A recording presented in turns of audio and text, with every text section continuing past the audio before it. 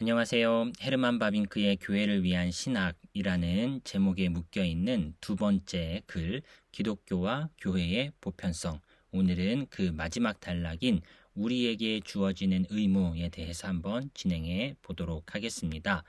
목차를 통해 위치를 확인해 보시면 거룩한 신학의 학문이라는 글과 기독교와 교회의 보편성이라는 두 개의 글이 헤르만 바빙크의 교회를 위한 신학이라는 제목의 책에 묶여 있는데, 오늘은 그 두 번째 글의 마지막 단락인 우리에게 주어지는 의무 파트 한번 진행해 보도록 하겠습니다. 종교개혁 이후 가톨릭과 개신교의 역사는 기대에 미치지 못했습니다. 로마교는 16세기에 매우 민감하고 돌이킬 수 없는 상실을 경험했는데요. 하지만 로마교회는 그 상태 그대로 개신교회와 공존하기만 했던 것은 아니었죠. 로마교는 각성하여 일어섰으며 트렌트 공회에서 내부를 강화했습니다. 그리고 개신교와 완전히 갈라서며 화해를 위한 가능성을 완전히 차단했죠. 예수회는 반종교개혁을 구체화시키고 대표하는 조직이었으며 종교개혁을 파괴하는 데 혼신의 힘을 쏟았습니다. 특히 스스로를 양육과 교육을 맡은 스승으로 삼아 여러 나라에서 종교개혁을 저지하거나 후퇴시켰습니다. 가톨릭과 예수의 주의는 점차 동일한 의미가 되어 갔습니다. 마리아의 무흠 잉태 선언과 교황 무류성 선언에서 로욜라의 예수회는 최고의 승리를 거두었죠. 기독교와 교회의 보편성이 특정 장소와 특정 인물에게 매였습니다. 마리아와 교황이 그 핵심이요 모든 것입니다. 그것은 공공연히 선언되어 왔습니다. 교황이 있는 곳에 교회가 있다라는 식으로요. 중세시대의 로마교는 그 권세와 장엄함에도 불구하고 모든 것을 교회의 통치 아래 두지 못했습니다. 하지만 종교개혁 또한 개념상으로는 보편성을 지녔지만 실제적인 삶의 기독교화는 거의 이루지 못했죠. 예술, 학문, 철학, 정치, 사회적 삶은 종교개혁의 원리들을 결코 참되게 수용한 적이 없습니다. 비록 이론적으로는 극복했을지라도 삶의 수많은 실천적 영역에서 이원론이 여전했습니다. 심지어 신학자들과 신학조차 고대 세계관에 의존하는 경우가 많았죠. 다들 아시다시피 종교개혁은 결코 새로운 역사의 유일한 요소는 아니었습니다.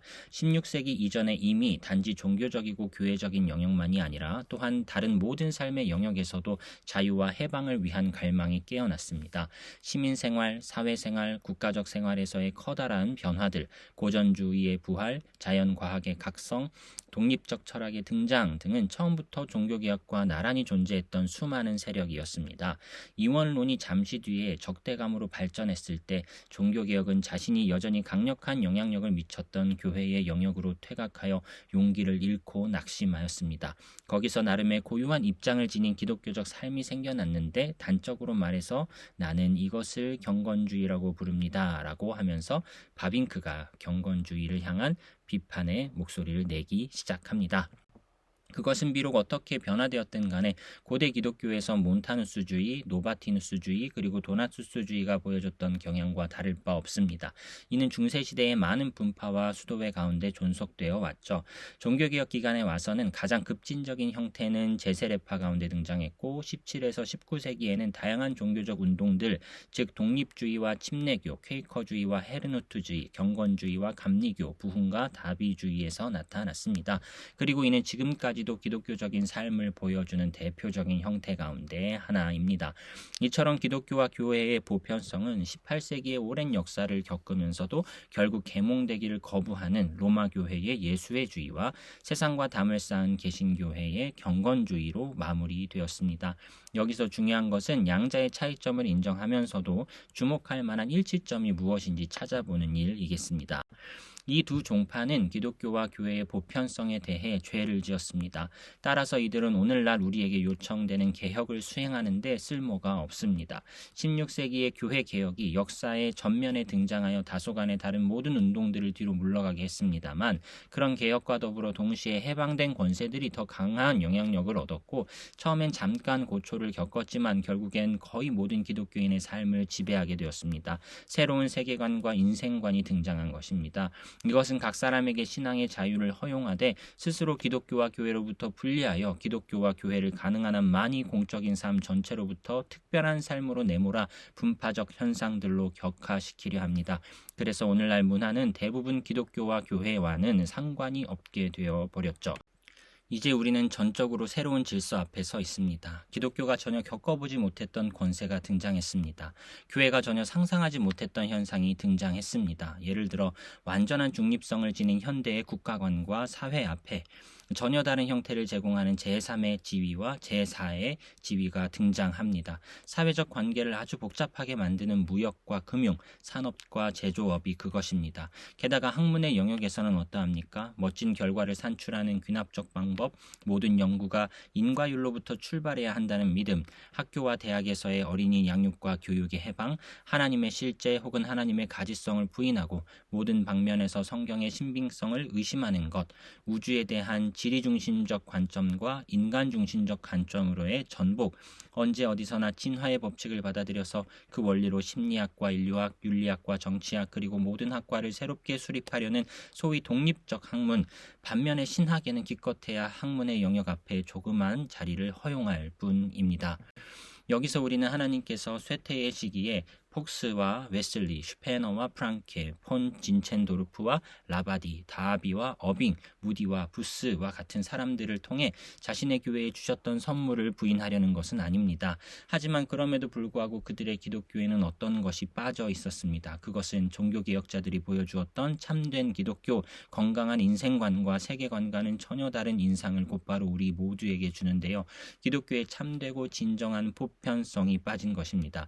물론 그들이 세상, 국가와 사회, 예술과 학문, 신학과 교회를 전적으로 내던졌거나 기독교 알기를 그리스도가 하늘로부터 자신의 인성을 동반하듯 하늘로부터 뚝 떨어진 전혀 새로운 창조로 이해했던 제세례파들처럼 극단적이지는 않았습니다만 경건주의자들에게 세상과 그 모든 문화에 대해서 금욕적이고 부자연스러운 관점이 대세가 되고 말았습니다.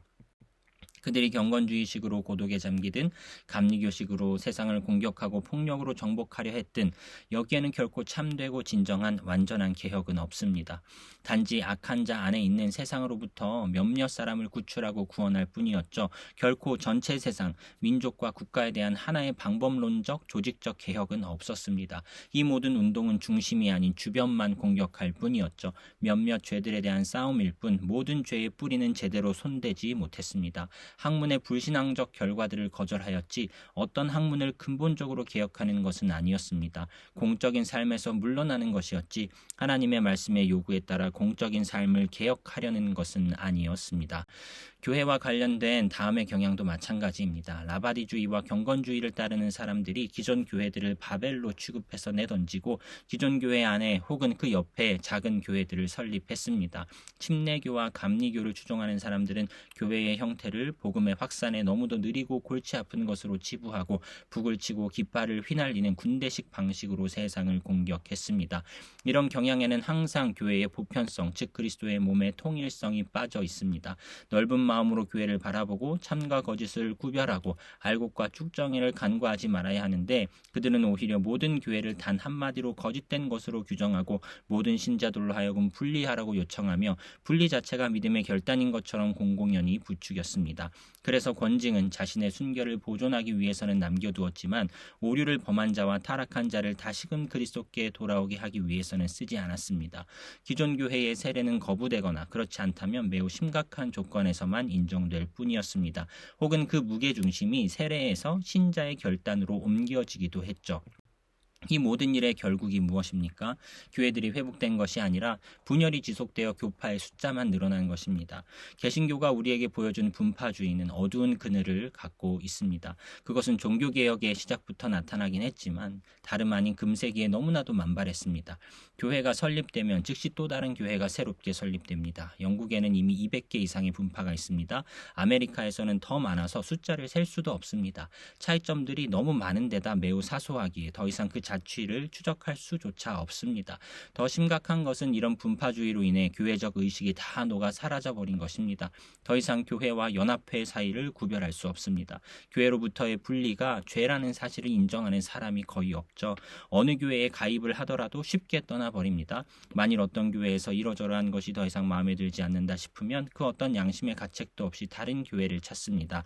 결국 취향대로 결정합니다. 이런 삶의 방식 앞에 권징의 시행은 불가능한 일이니 권징은 그 성격을 완벽하게 상실해버린 셈이죠. 아마도 매우 제한된 몇몇 경우를 제외하고 그 어떤 목사가 감히 선한 양심으로 출교를 시킬 수 있겠습니까? 이 모든 일을 떠나서 정말 심각한 문제는 그렇게 교리의 통일성과 교회의 통일성을 깨뜨린 탓에 성도의 교제가 회방을 받고 다른 신자들이 성화를 위해 힘써 사용하는 성령의 은혜의 선물을 내던지고 스스로 자신의 영역에 갇혀 영적 교만을 조장하며 로마교를 강화시키고 세상 앞에 중상과 비방의 빌미를 제공하게 된 것입니다. 제가 이런 어두운 그늘을 지적함으로써 어두운 그들 또한 지적함으로써 이런 형태의 기독교에 여전히 속해 있는 선한 것들을 완전히 부정하려는 것은 아닙니다. 경건주의 및 그와 관련된 종교 운동에도 영광스러운 진리가 담겨 있음은 의심할 여지가 없습니다. 예수는 친히 우리에게 필요한 단 한 가지를 지적하는데 그것은 바로 우리가 무엇보다 하늘나라를 찾고 다른 모든 것은 포기해야 한다는 것입니다. 하늘 아버지는 우리에게 무엇이 필요한지 알고 계십니다. 하나님과의 교제는 고유한 것이어서 우리의 도덕적인 삶, 지상의 직업 수행에 함몰되지 않습니다. 신비는 실제 행동과 나란히 자신의 정당성을 유지합니다. 일은 다시금 휴식을 필요로 합니다. 주일은 노동하는 평일의 첫 머리에 위치하되 평일과 나란히 존재합니다. 우리가 사는 세대에는 우리가 천국에서 기대하는 그런 조화와 일체 결코 이룰 수 없을 것입니다. 편협함은 교회와 사람에게 늘상 있을 것입니다.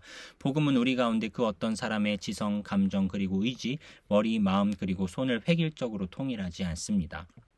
하지만 종교적인 측면은 좋은 의미에서 기독교의 금욕적 측면은 반드시 도덕적 측면, 즉 참된 인간적 측면을 통해 보충되어야 합니다. 온갖 거짓된 신비주의와 수도원적 경건에 빠지지 않도록 말입니다.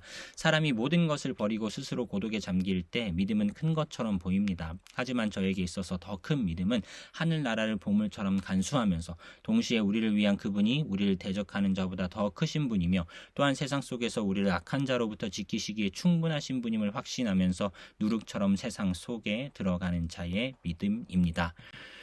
이것이 바로 우리의 기독교 신앙의 보편성이 우리에게 요구하는 것이 아닙니까? 복음은 다른 견해들 가운데 하나의 견해가 되는 것만으로 만족하지 않으며 그 성격상 모든 영역에서 거짓에 대립하는 배타적 진리임을 주장합니다. 교회란 사람들이 함께 모여 종교적 행위를 하는 임의적 모임이 아니라 주님의 기관이며 진리의 기둥과 터입니다. 세상은 분명 기독교와 교회를 기꺼이 자신의 영역에서 추방하고 집안에 가둘 것입니다. 우리가 한적한 자리로 물러가 세상으로 하여금 편안히 마음대로 행동하도록 하는 것보다 저들을 더 기쁘게 할 수는 없을 것입니다. 하지만 기독교와 교회의 보편성은 우리가 이런 따위의 희망을 품도록 허용하지 않습니다. 우리는 분파가 되어서는 안 되고 분파가 되기를 원해서도 안 되며 진리의 절대적 성격을 부인하지 않고서는 분파가 될 수도 없습니다. 물론 하늘나라가 이 세상에 속한 것은 아니지만 그럼에도 불구하고 모든 것이 그 나라를 섬기도록 요구합니다. 하늘나라는 배타적이며 자신과 나란히 존재하는 그 어떤 독립적 혹은 중립적 세상 나라를 허용치 않습니다. 의심의 여지 없이 근세기 전체를 그냥 내버려두고 가만히 앉아 우리가 할 수 있는 것이나 찾는 것이 훨씬 더 쉬울 것입니다. 하지만 그런 쉼은 이 땅에서 우리에게 주어지지 않습니다. 왜냐하면 하나님의 모든 피조물은 선하고 감사함으로 받으면 버릴 것이 없고 모든 것은 하나님의 말씀과 기도로 거룩하게 될 수 있기 때문입니다. 따라서 그 어떤 피조물을 저버리는 것은 하나님께 배은망덕이요 그의 은사를 거부하는 것입니다.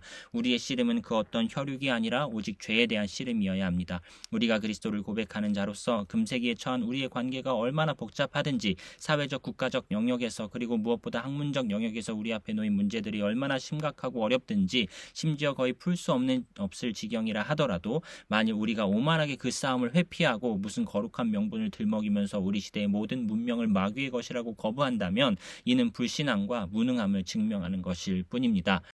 그와 반대로 믿음은 세상에 대한 승리의 약속입니다. 이 믿음은 보편적이어서 결코 시대와 장소, 나라와 민족에 매이지 않습니다.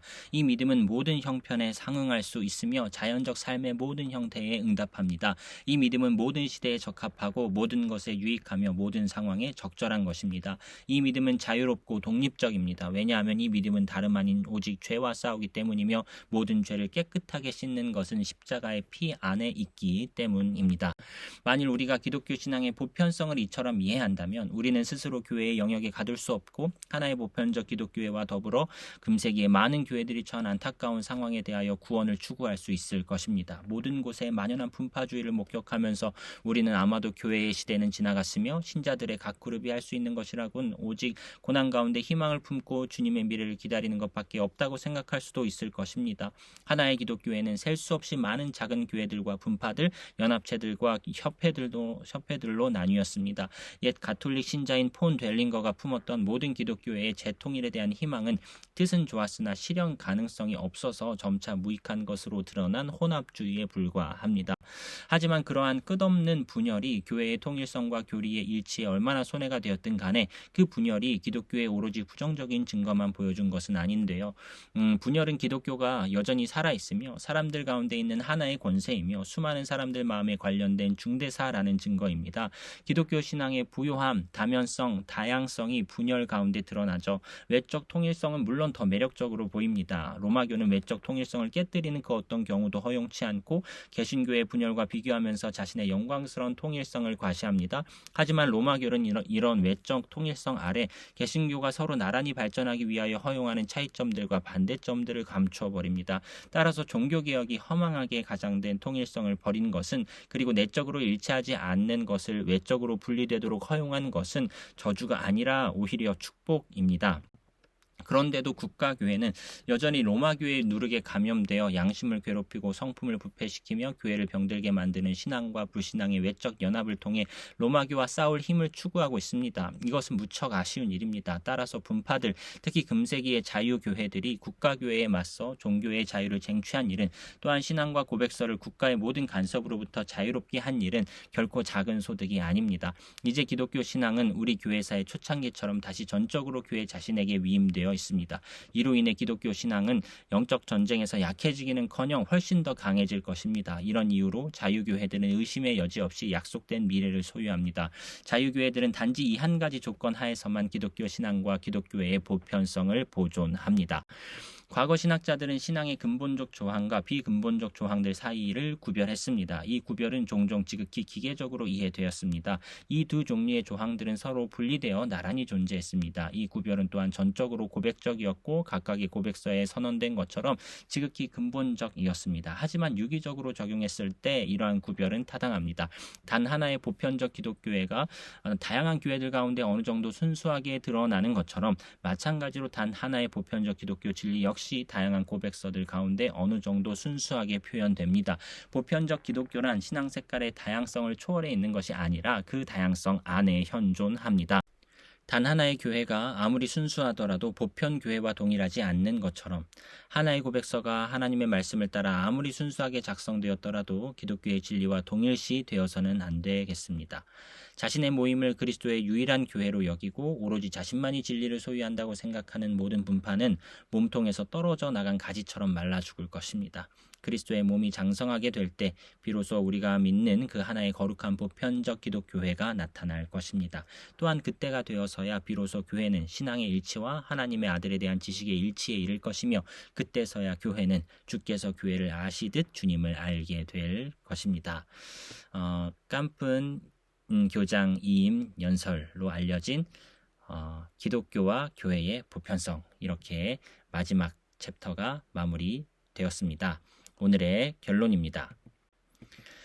로마교는 예수회를 중심으로 반종교개혁을 강화시켰습니다. 기독교와 교회의 보편성이 특정 지역과 인물로 매몰되게 된 것이죠. 개신교 측에서는 세상에 대한 적대적인 이원론이 고개를 들면서 경건주의가 대세를 이루게 되었습니다.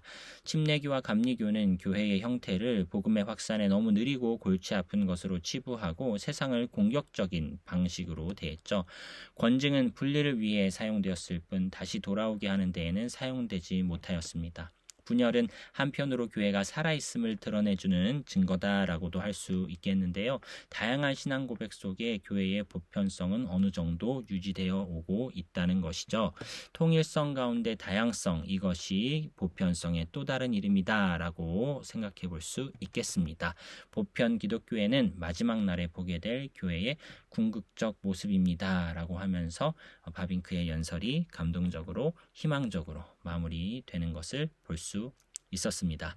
오늘도 수고 많으셨습니다. 다른 기회에 또 다른 바빙크 컨텐츠로 인사드리도록 하겠습니다. 수고 많으셨습니다.